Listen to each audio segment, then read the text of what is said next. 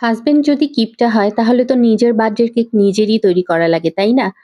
তো কি আর ও! করা? মনের দুঃখ নিয়ে নিজেই তৈরি করে নিলাম নিজের বার্থডের কেক। যাই হোক অনেকক্ষণ ফান করলাম। এখানে আমি হুইপিং ক্রিমটা নিয়ে নিলাম। সো এখন আমি এটা বিট করব।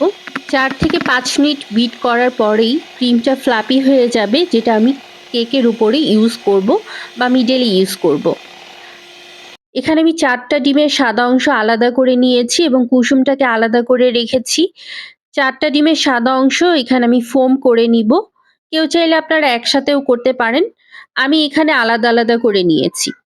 এবং অন্যান্য উপকরণ এখানে আমি ১ কাপ ময়দা, 1/4 কাপের মতো কোকো পাউডার, ১ চা চামচ বেকিং পাউডার আর সামান্য একটু লবণ এখানে চেলে নিব। দেন আমি এটা যে বিট করে রাখা ফোমের সাথে কুসুম এবং ডিমের যে সাদা অংশটা আমি রেখেছিলাম এটার সাথে আমি মিক্স করে দিব। অবশ্যই বিট করার পরে এবং মিক্স করার পর্যায়ে বেটারটা আমার এরকম হয়েছে। আমি একটু দেখাচ্ছি। বেটারটা আমার এরকম হবে। সো আমি এটা ভালোভাবে আস্তে, আস্তে মেশাবো। মেশানোর পরে আমি একটা রাউন্ড মোল্ড নিয়ে নিয়েছি। যেখানে আমি বেকিং শিট আগেই দিয়ে রেখেছিলাম। সো এখানে আমি এটা ঢেলে দিব এবং আমার ওভেনটা প্রিহিট হয়ে গিয়েছে।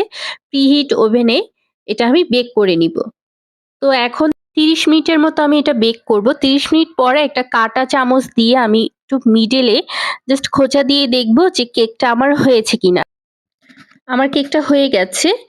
এখন আমি কেকটা ওভেন থেকে বের করে দেন হলো আমি মিডলে কেকটা কেটে নিব এবং ফ্রস্টিং যেটা আমি করেছিলাম, ক্রিমের ফ্রস্টিংটা সেটা আমি এখানে সেট করে নিব। সুন্দরভাবে এখানে আমি ক্রিমটা বসিয়ে নিচ্ছি।